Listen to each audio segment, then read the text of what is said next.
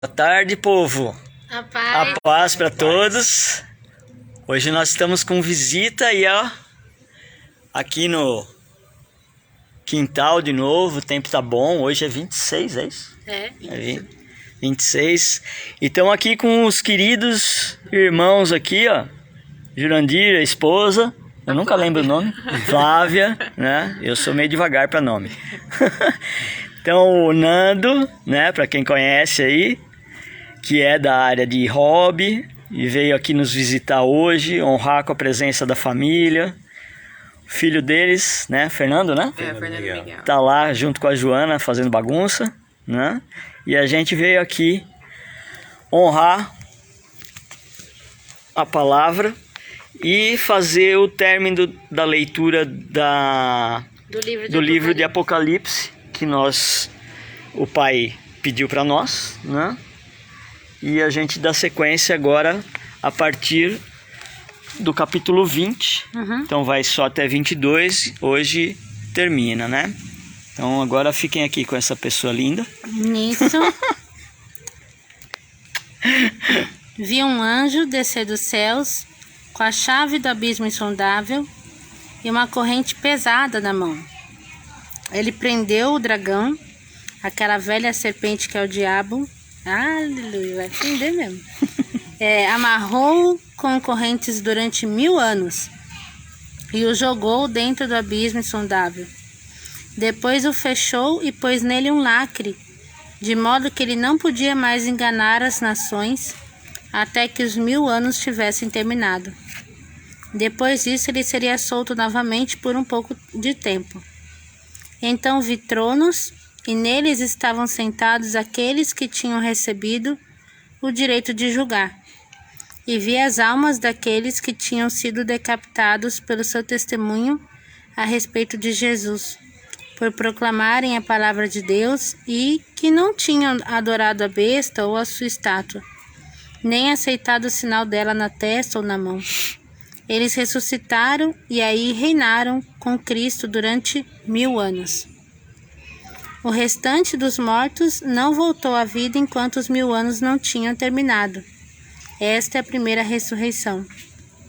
Felizes e santos aqueles que tomam parte na primeira ressurreição. Para eles, a segunda morte não representa nenhum terror, porque serão sacerdotes de Deus e de Cristo e reinarão com ele 1000 anos. Quando os 1000 anos terminarem, Satanás será solto da prisão, e ele sairá para enganar as nações do mundo e reuni-las para a batalha, juntamente com Gog e Magog, um exército poderoso, inumerável como a areia do mar. As nações subiram pela vasta planície da terra e cercaram o acampamento do povo de Deus e a amada cidade por todos os lados. Mas um fogo do céu desceu e as consumiu. Então o diabo que as tinha enganado foi jogado dentro do lago de fogo que queima com enxofre, onde já tinham sido lançados a besta e o falso profeta, e serão atormentados de noite para todo sempre. E vi um grande trono branco e aquele que estava sentado nele, de cuja presença fugiram a terra e o céu, mas não encontraram lugar nenhum para se esconder. E vi os mortos, grandes e pequenos, em pé diante do trono, e foram abertos os livros, incluindo o livro da vida. E os mortos foram julgados de acordo com as coisas escritas nos livros, cada um de acordo com as obras que tinha praticado. O mar entregou os corpos sepultados neles, e a terra e o Hades, essa palavra ela pode ser traduzida por inferno, tá? Entregaram os mortos que estavam neles.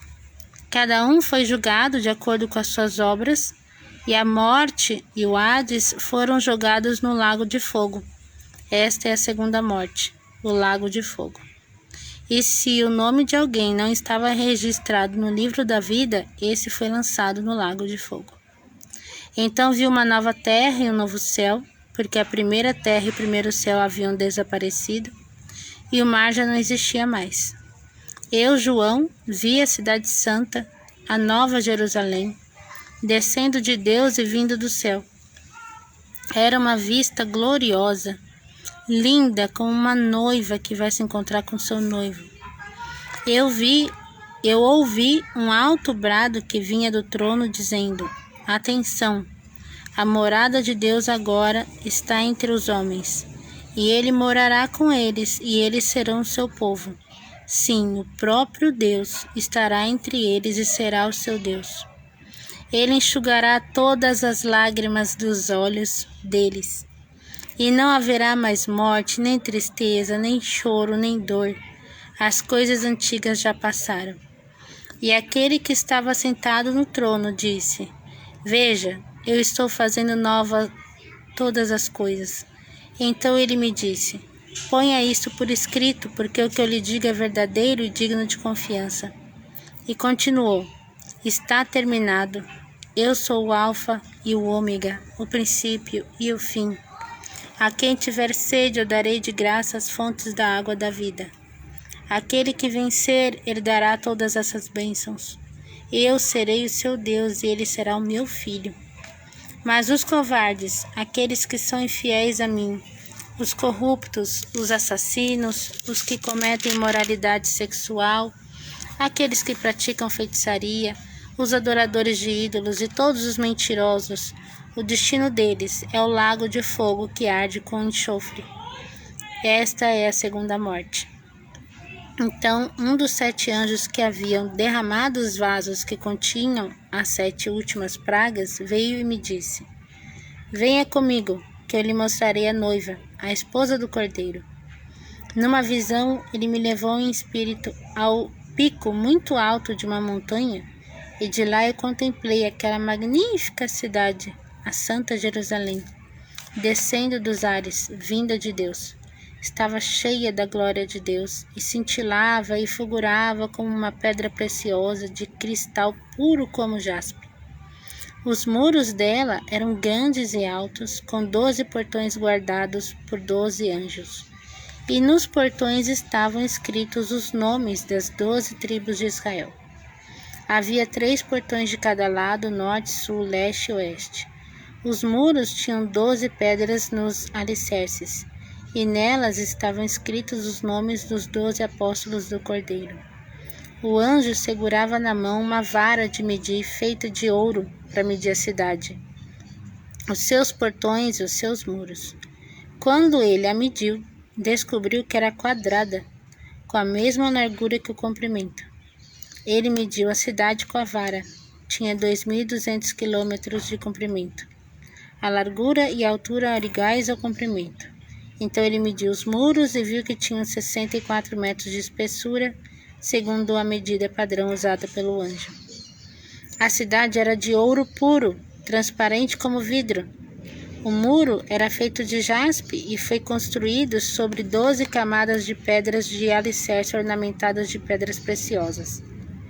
A primeira camada era de jaspe, a segunda de safira, a terceira de calcedônia, a quarta de esmeralda, a quinta de sardônio, a sexta camada era de sárdio, a sétima de crisólito, a oitava de berilo, a nona de topázio, a 10ª de crisópraso, a 11ª de jacinto, a 12ª de ametista. Nossa, tinha pedra aqui que eu nem sabia que existia. Os 12 portões eram feitos de pérolas, cada portão de uma única pérola. E a rua principal era de ouro puro, como vidro transparente. Não se podia ver nenhum templo na cidade, porque o Senhor Deus Todo-Poderoso e o Cordeiro são o seu templo. E a cidade não tem necessidade de sol nem de lua para iluminá-la, porque a glória de Deus a ilumina, e o Cordeiro é a sua candeia. A luz dela iluminará as nações da terra, e os governantes do mundo virão trazer-lhe a sua glória. Os portões dela nunca se fecharão, pois ali não haverá noite, e a glória e a honra de todas as nações serão trazidas para ela. Nenhum mal será permitido nela, ninguém que seja imoral ou enganador, mas somente aqueles cujos nomes estão escritos no livro da vida do Cordeiro. Então o anjo me mostrou o rio da água da vida, limpa como cristal, que fluía do trono de Deus e do Cordeiro, e que passava no meio da rua principal. De cada lado do rio estava a árvore da vida, que dá frutas 12 vezes por ano, uma em cada mês. As folhas eram utilizadas como remédio para curar as nações. Na cidade não haverá maldição nenhuma, porque o trono de Deus e do Cordeiro estará ali, e os servos dele o adorarão. Eles verão o seu rosto, e o nome dele estará escrito nas suas testas.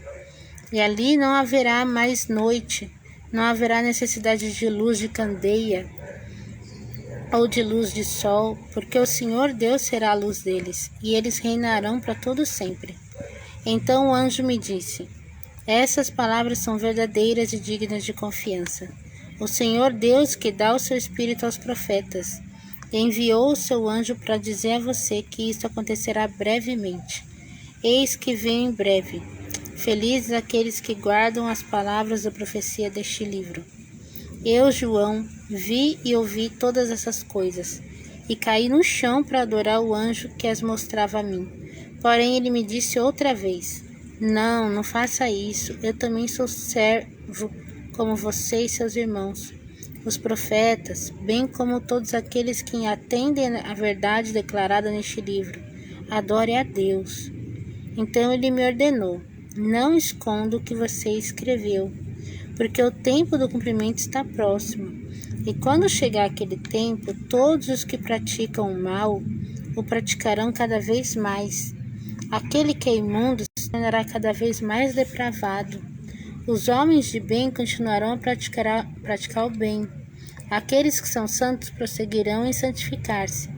Escutem, eu venho em breve.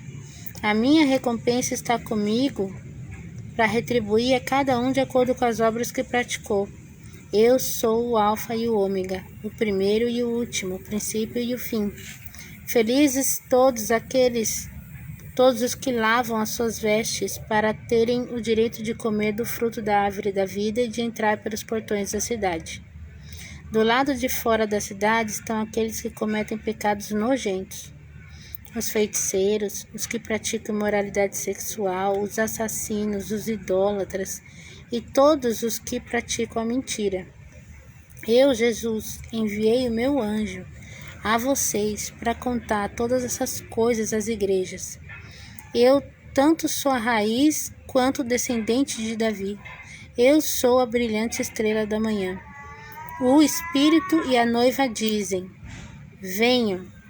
Que cada um que os ouve diga: venha. Que aquele que tem sede, venha. Todo aquele que quiser, que venha beber de graça da água da vida.